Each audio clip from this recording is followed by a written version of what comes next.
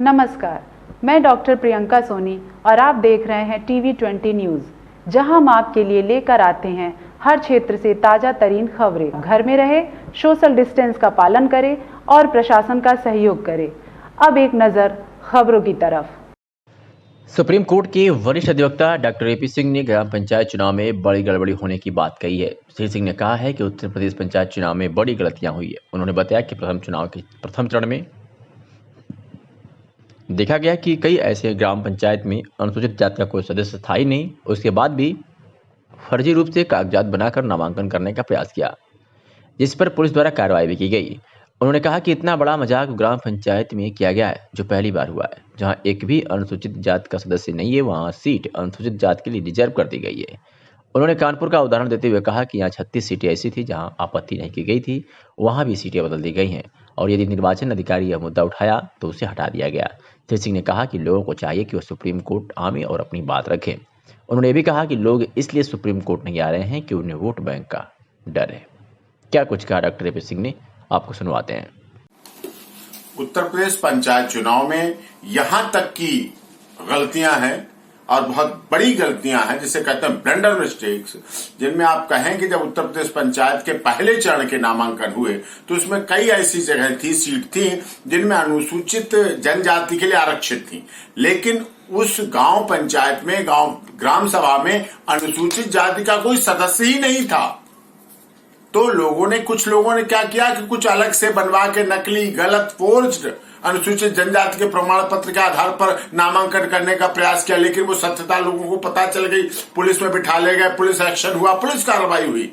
इतना बड़ा मजाक ग्राम पंचायत चुनाव के पहली बार ऐसा हो रहा है जिसका एक भी सदस्य नहीं है अनुसूचित जनजाति का, और वो सीट रिजर्व कर दी गई अनुसूचित जनजाति के लिए। इससे बड़ी और गलती क्या होगी।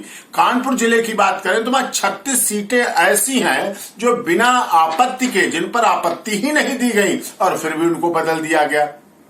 और यही बात जब एक अधिकारी उत्तर प्रदेश निर्वाचन का अधिकारी कह रहा है तो उसको हटा दिया गया पद से वहां, ये बड़ी बात, विडंबना की बात थी।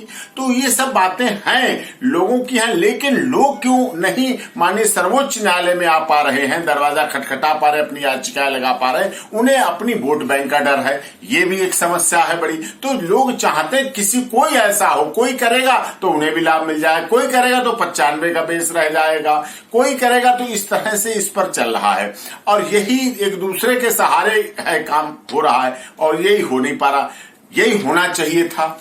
इसमें माननीय सर्वोच्च न्यायालय में केस पड़ता तो उस पर स्टे लगता और स्टे के आधार पर होती, और इससे उत्तर प्रदेश सरकार की भी इज्जत बढ़ती। ये बड़ी बेइज्जती वाली बात है कि वहां कई पंचायत ऐसी हैं जिनमें नामांकन नहीं हो पा रहा है, खाली जा रही है, नामांकन नहीं हो पा रहा है। तो वो किस प्रक्रिया के तहत है, किस प्रक्रिया का पालन किया जा रहा है, क्या उत्तर प्रदेश चुनाव आयोग ने उस पर काम किया, किस तरह से उसे करना चाहिए था, क्या उन्होंने उसकी संरचना बनाई। संरचना उनकी 1995 के बेस पर थी और बाद में 2015 लागू हो गया, तो 2015 के हिसाब से वहां कोई सदस्य नहीं है, एक मतदाता भी नहीं है, मतलब कैंडिडेट नहीं खड़ा हो पा रहा है, प्रतिनिधि नहीं हो पा रहा, नॉमिनेशन नहीं हो पा रहा, नॉमिनेशन की डेट निकल चुकी है और पूरा गांव खाली पड़ा। अब उस गांव के विकास का क्या होगा, उसकी विकास योजनाएं कैसे आएंगी, प्रधान कैसे, उसको प्रधान तो है नहीं, बिना प्रधान के कैसे चल पाएगा, ये विडंबना की बात है।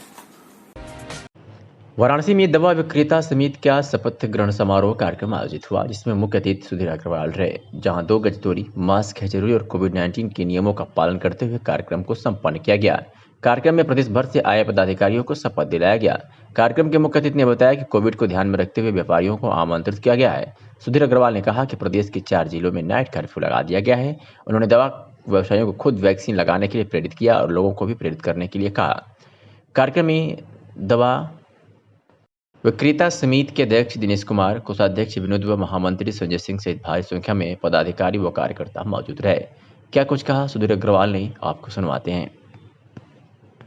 में देखा गया है कि उत्तर प्रदेश के जो 4 जनपद नाइट कर्फ्यू में सम्मिलित किया गया, उसमें बनारस भी है, इसलिए निर्बाध गति से दवाओं की आपूर्ति भी होती रहे और हमारे दवा के व्यापारी सुरक्षित भी रहे। और जिन लोगों ने अभी वैक्सीन आदि का प्रयोग नहीं किया है उसको वैक्सीन भी वो लगवाने की व्यवस्था करें। मैं ऐसा नवनिर्वाचित पदाधिकारियों से अनुरोध करता हूँ, दिनेश जी से और संजय जी की पूरी टीम से, कि हमारे जो भी कोरोना वॉरियर्स हमारे दवा के विक्रेता हैं वो उनको वैक्सीन देखिए अतिशीघ्र लग जाए। सरकार की तरफ से अब थोड़ी गाइडलाइन भी ढीली है कि उम्र का थोड़ा सा रिलैक्सेशन उन्होंने दिया है, तो ज़्यादा से ज़्यादा लोग इससे लाभान्वित हों। मैं अब अनुरोध करूंगा कि आज शपथ ग्रहण का कार्यक्रम प्रारंभ कर रहा हूं और आप लोग से अनुरोध है कि मैं जो बात रखूंगा उसको आप दोहराएंगे और अपने अपने पद की शपथ लेंगे। मैं अपना नाम ले लें। शपथ लेता हूं कि दवा विक्रेता समिति वाराणसी के नियमों का पालन करूंगा तथा इस पवित्र व्यवसाय के प्रति निष्ठा रखूंगा और अपने दवा व्यापारियों के हित के लिए पूरी तरह से कार्य करेंगे। मैं अपना नाम ले अपने अपने पदों का दायित्व का निर्वहन भी निष्ठापूर्वक करूंगा। धन्यवाद।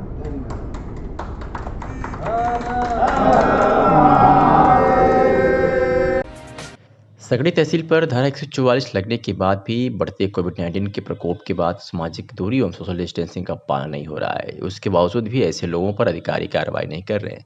शुक्रवार को चक अजीत ग्राम सभा के दर्जनों की संख्या में महिलाएं और पुरुषों ने लगभग 12 बजे पहुंचकर जमकर प्रदर्शन किया और कर्मचारियों पर मिलीभगत करने का आरोप लगाते हुए जिंदाबाद मुर्दाबाद के नारे लगाए।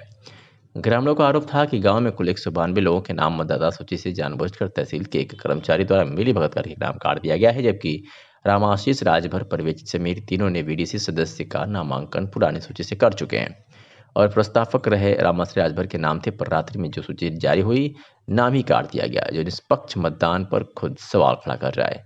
इस मामले का ज्ञापन लेकर तहसीलदार ने कहा कि यदि हमारे कर्मचारी की गलती पाई गई तो उसके खिलाफ कठोर कार्रवाई करेंगे। इतना ही नहीं, चौको खुर्द गांव में करीब 35 से 40 नाम मतदाता सूची से गायब कर दिए गए हैं, तो ही पारनकुंडा गांव में 50 नाम काटकर 49 नाम फर्जी लोगों के मतदाता सूची में चढ़ा दिए गए हैं। लुचुई के लगभग 70 लोगों के नाम गायब हैं। ग्रामीणों को मताधिकार के अधिकार से वंचित किया जा रहा है और हम सबके अधिकारों का सीधे हनन किया जा रहा है। हम ग्रामीणों की बात सुनवाते हैं, क्या कुछ कहा ग्रामीणों ने। क्या नाम है सर, क्या पढ़ते, कहाँ से हैं, क्या समस्या है? मेरा नाम संदीप राजभर है, ग्राम चकजी, पोस्ट सगड़ी, जिला आजमगढ़ का निवासी हूँ मैं। क्या समस्या थी आपका? समस्या ये है सर कि हमारे गांव के सभी लोगों का नाम, कम से कम 192 लोगों का नाम काटा गया है। हम लोग उसके विषय में हम लोग यहाँ पे सूचना दिए हैं कि हमारा नाम फिर से चढ़ाया जाए। प्रार्थना पत्र दिया, अधिकारी से बातचीत हुई? जी, अधिकारी से बात हुई है सर। क्या कहे हैं? वो बोले हैं कि नाम चढ़ जाएगा, आपका नाम काटा नहीं जाएगा, अगर कटा भी होगा तो नाम चढ़ा जाएगा। अगर नहीं होता है तो? अगर नहीं होगा तो हम लोग इसके आगे भी जाएंगे। हम लोग कल या 2 दिन के अंदर नहीं हुआ तो हम लोग डीएम साहब के यहाँ धरना देंगे या वहाँ ज्ञापन देंगे। सर अपना परिचय बताइए और यहाँ तहसील पे क्या करने के लिए आप लोग? मेरा नाम मोहम्मद अफजल है, मैं ग्राम सभा लुचुई का निवासी हूँ। 2021 का जब मतगणना हुआ था तो उसमें सबका नाम चढ़ा था और जो पुराने लोग थे उनका भी नाम था। वोटर लिस्ट हमारे पास है और उसमें सबका नाम इस पिछले 1 जनवरी 2021 को सबका उसमें नाम मिला, लेकिन 2-4 दिन के अंदर रंजिश बस या पता नहीं कौन क्या करके उसमें हम लोगों का नाम कटवा दिया है। वोटर लिस्ट में मैं देख रहा हूँ कम से कम 100 सैकड़ों लोगों का नाम नहीं है। उसी को दर्ज करवाने के लिए हम लोग श्रीमान उप जिलाधिकारी महोदय के यहाँ आए हुए हैं और उनसे निवेदन है कि हम लोगों का नाम चढ़ाएं, जो कि आपकी जो करंट इस समय जो हुआ था मतगणना, उसमें हम लोगों का नाम चढ़ गया था BLO के माध्यम से, और बिना किसी डाटा के, बिना किसी साइन के, पता नहीं कैसे बीच में ही पैसा दे करके कैसे नाम हम लोगों का काट दिया गया है ग्रामवासियों का। हम लोग इसलिए हम लोग बहुत खफा हैं गांव वाले, और आए हुए हैं यहाँ नाम चढ़वाने के लिए। तो दिया है आपने SDM को दिया है? जी, हम लोग ज्ञापन दिए हैं।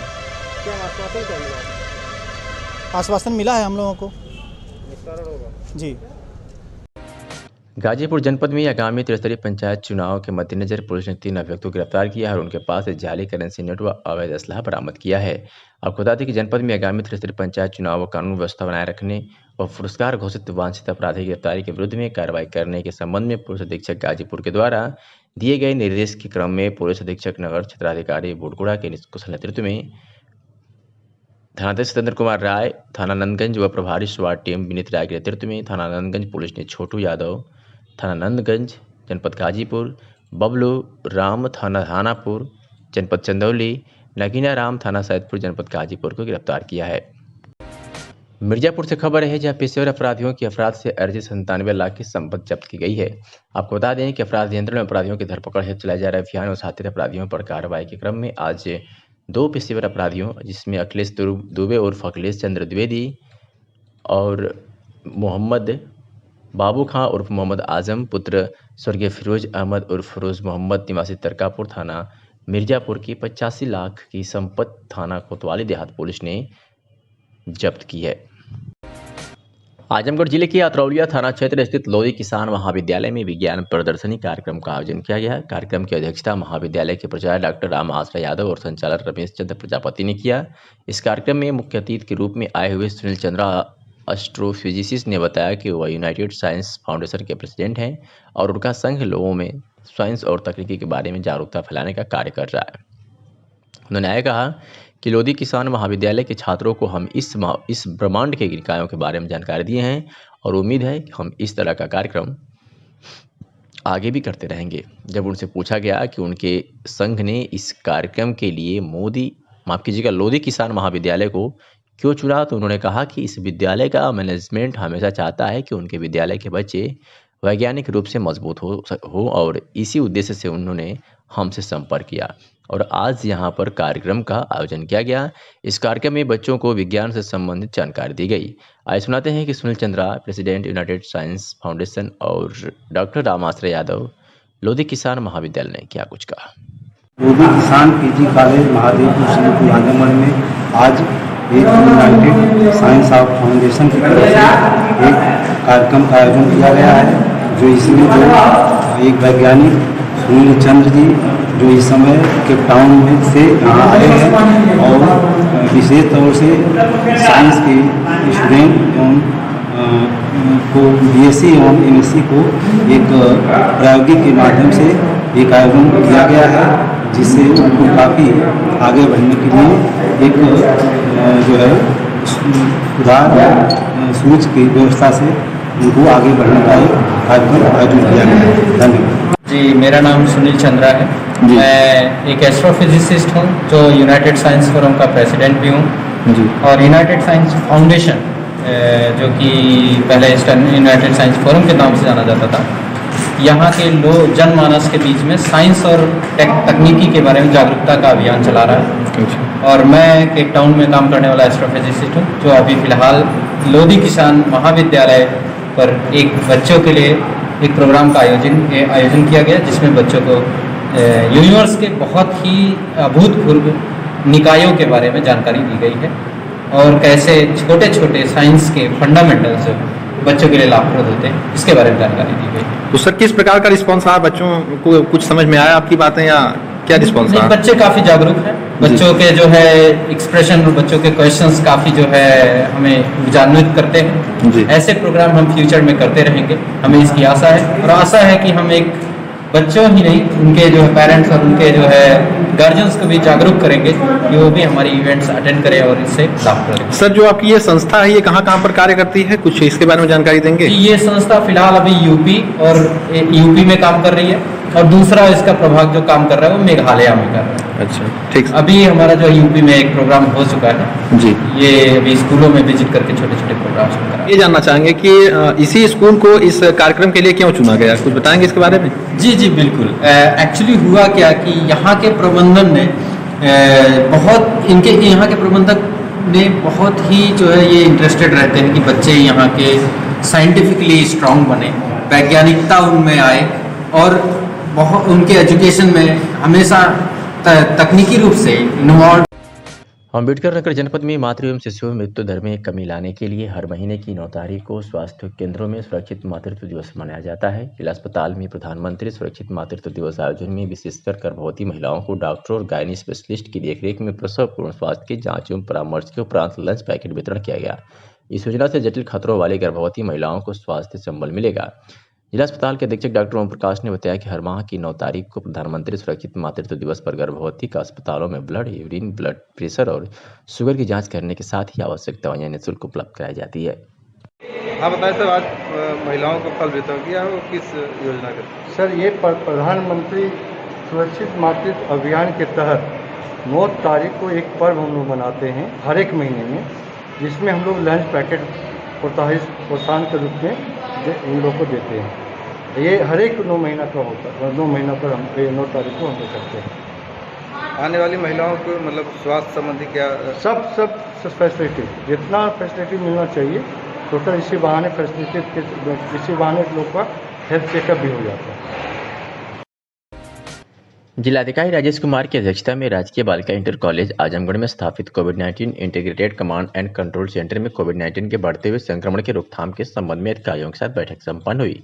जिलाधिकारी ने अधिकारियों को निर्देश दिए कि शहर के सभी प्रमुख बाजारों, bus station, railway station, mall, shopping complex आदि स्थानों पर कोविड हेल्प डेस्क की स्थापना कर दी जाए तथा लगातार सैनिटाइजर कराने की व्यवस्था सुनिश्चित किया जाए। जिलाधिकारी ने कहा कि प्रमुख मंडी स्थलों पर भी तत्काल कोविड हेल्प डेस्क एवं सैनिटाइजेशन की व्यवस्था सुनिश्चित करें। उन्होंने कहा कि पूरे शहर में पब्लिक एड्रेस सिस्टम को क्रियाशील करने के साथ ही रिक्शे से भी घूम कर कोविड-19 के प्रति आमजन को जागरूक कर रहे हैं।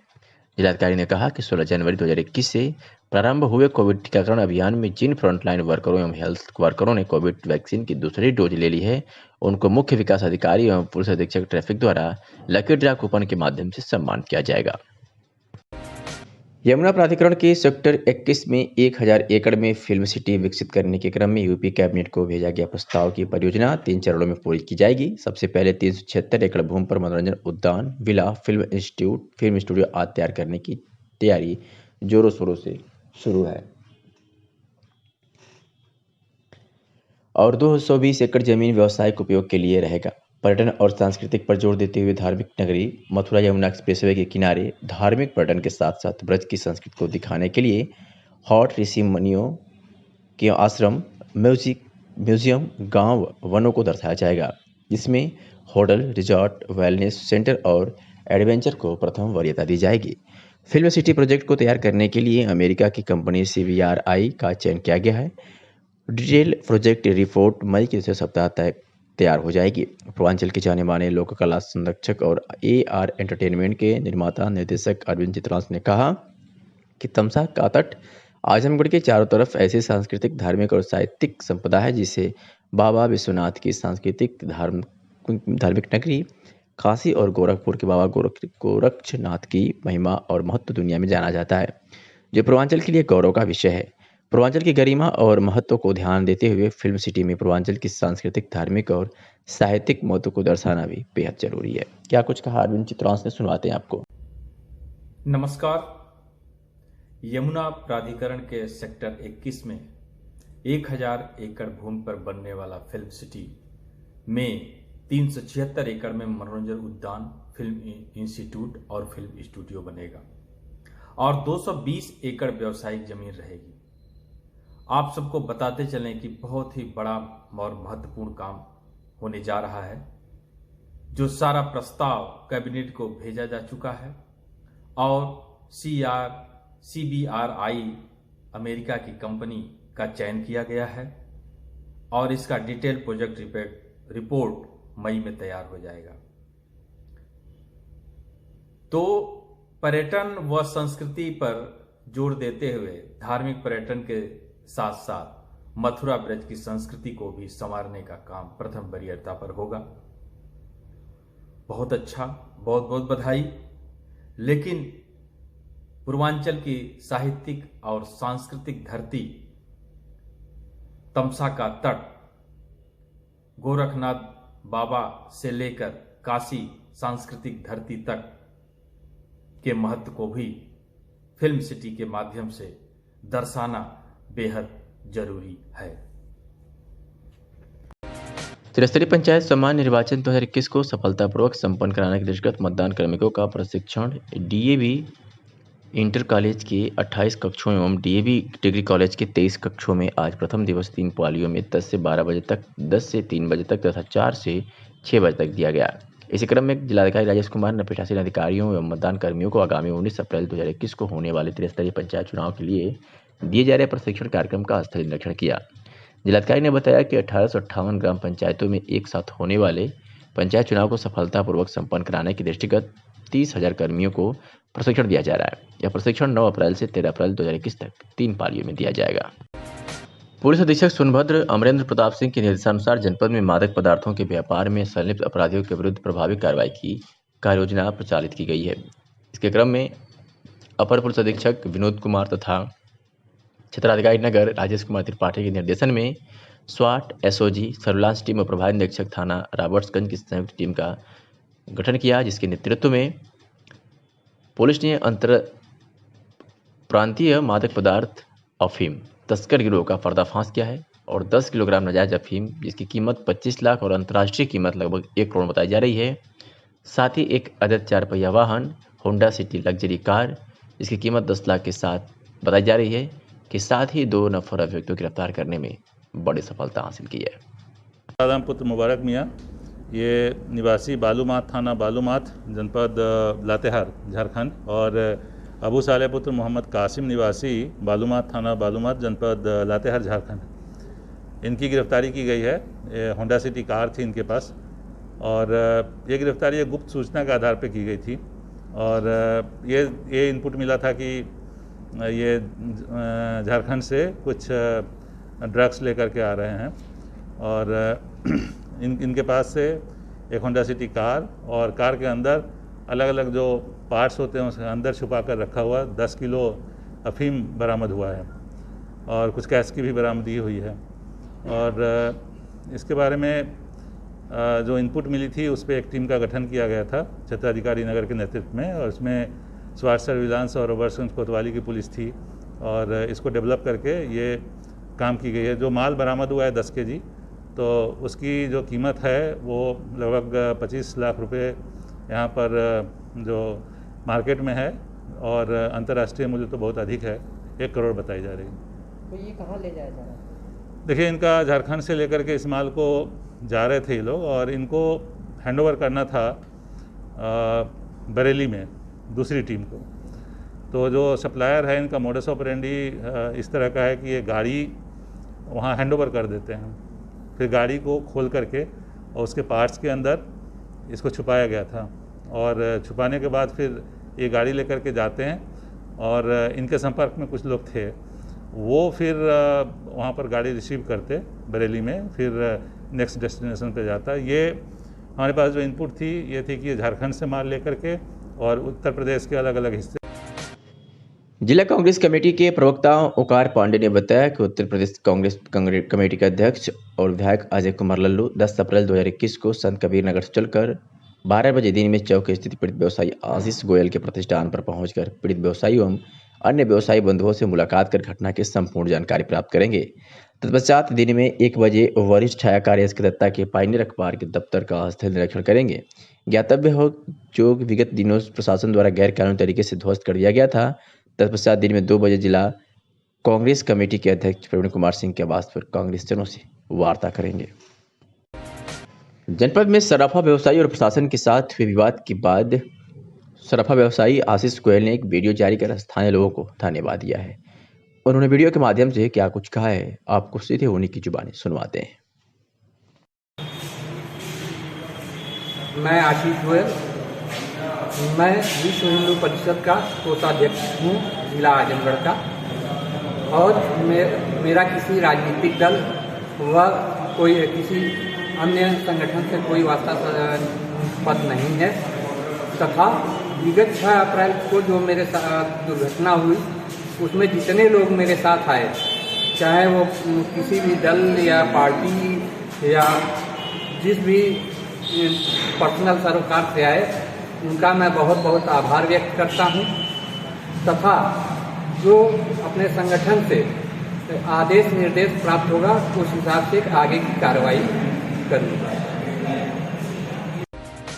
जनपद में सराफा व्यवसायी और प्रशासन के साथ हुए विवाद के बाद सराफा व्यवसायी आशीष गोयल ने एक वीडियो जारी कर स्थानीय लोगों को धन्यवाद दिया है। उन्होंने वीडियो के माध्यम से क्या कुछ कहा है, आपको सीधे होने की जुबानी सुनवाते हैं। मैं आशीष गोयल, मैं विश्व हिंदू परिषद का कोषाध्यक्ष हूँ जिला आजमगढ़ का, और मेरा किसी राजनीतिक दल व कोई किसी अन्य संगठन से कोई वास्ता पद नहीं है, तथा विगत 6 अप्रैल को जो मेरे साथ दुर्घटना हुई उसमें जितने लोग मेरे साथ आए, चाहे वो किसी भी दल या पार्टी या जिस भी पर्सनल सरोकार से आए, उनका मैं बहुत बहुत आभार व्यक्त करता हूं, तथा जो अपने संगठन से आदेश निर्देश प्राप्त होगा उस हिसाब से आगे की कार्रवाई करूंगा। महापंडित राहुल सांकृत्यायन की 128वीं जयंती के अवसर पर उनके पैतृक ग्राम कनैला में संचालित महापंडित राहुल सांकृत्यायन बालिका इंटर कॉलेज में आयोजित संगोष्ठी में बतौर मुख्य अतिथि आजमगढ़ परिक्षेत्र के पुलिस उपमहानिरीक्षक सुभाष चंद्र दुबे ने कहा कि जब तक इस धरती पर दर्शन है तब तक राहुल जी की प्रासंगिकता बनी रहेगी। राहुल जी जैसे विद्वान कभी कभी ही पैदा होते हैं। राहुल जी की विद्वता का लोहा पूरी दुनिया मानती है। आजमगढ़ विद्वानों की सरजमी है। संगोष्ठी के विशिष्ट अतिथि एसपी लोक शिकायत उत्तर प्रदेश लखनऊ ने कहा कि राहुल जी गणतांत्रिक समाजवाद के हितैषी थे। उनका मानना था कि क्योंकि गणतंत्र लोकतंत्र की चेतना को विकसित करता है। महापंडित राहुल सांकृत्यायन की 128वीं जयंती समारोह के अवसर पर वर्तमान बदलते परिवेश में राहुल जी की प्रासंगिकता विषयक संगोष्ठी का मंच पूरी तरह से तैयार है। पंचायत चुनाव के दृष्टिगत विकासखंड कार्यालय में सकुशल नामांकन प्रक्रिया संपन्न हो गई। राज्य निर्वाचन अधिकारी तथा जिला निर्वाचन अधिकारी द्वारा निर्धारित कार्यक्रम के अंतर्गत 7 से 8 अप्रैल तक नामिनेशन का कार्य कराया गया और इसी क्रम में 9 से 10 अप्रैल को सारे पत्रों की जांच निर्धारित है तथा 11 अप्रैल को 3:30 बजे तक नाम वापसी और 3 बजे के बाद चुनाव चिन्ह का आवंटन किया जाएगा। इस तरह सदस्य ग्राम पंचायत के 791 पदों के सापेक्ष 318 पदों के नामांकन हुए, जिसमें 150 महिलाएं सम्मिलित हैं। वहीं प्रधान ग्राम पंचायत के 67 पदों के सापेक्ष अतरौलिया ब्लॉक में 496 नामांकन हुए और सदस्य क्षेत्र पंचायत के 56 पदों के सापेक्ष 265 पदों के नामांकन प्राप्त हुए। इस तरह से टोटल तीनों पदों के सापेक्ष 1079 नामांकन दाखिल किए गए, जिसमें जिला पंचायत पद सम्मिलित नहीं है। विकासखंड परिसर में पुलिस टीम एवं पीएससी की बटालियन भी तैनात थी। सुनाते हैं कि आरोप भवानी शंकर शुक्ला ने क्या कुछ कहा।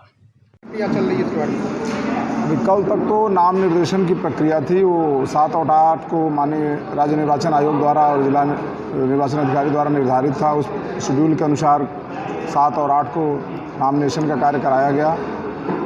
8 और 9 को जो है सारे पत्रों की स्क्रूटनी है, जांच है,